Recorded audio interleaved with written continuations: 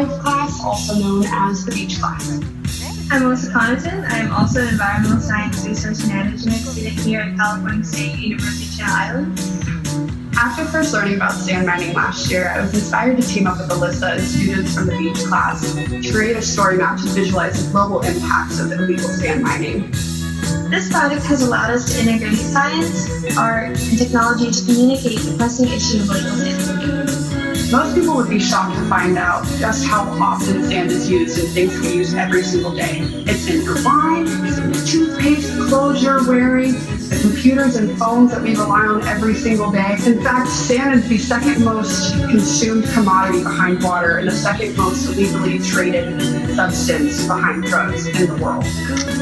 On a global scale, sand is being imported to create new land masses that both attract tourism and also increase political boundaries for countries such as Dubai and China. Mining has even caused the disappearance of 24 small islands in Indonesia since 2005. Most of the sand from these islands has been imported to Singapore, which has expanded its surface area over 22% since the 1960s. The first question most people have is, how is sand a threatened resource when we have such vast deserts full of sand? The reason for this is because desert sand is not the same as beach sand. In fact, it's too fine and rounded for commercial use, whereas beach sand is coarse and perfect for making things such as concrete. Because sand itself is freely accessible on the beach and rivers, it's extremely cheap to mine. This demand creates little to no incentive for foreign governments to encourage reduced consumption of sand. The rise in illegal sand mining correlates directly with the demand for new infrastructure and land mass to build on by countries all over the world. Cement demand in China has increased over 400% in 20 years, while use in the rest of the world increased by 59%. Basically, China used more cement in 2 years than the US has in the entire 20th century. There's good money to be made in this industry, as it is estimated that the price of sand has increased over 150% in the past 5 years alone.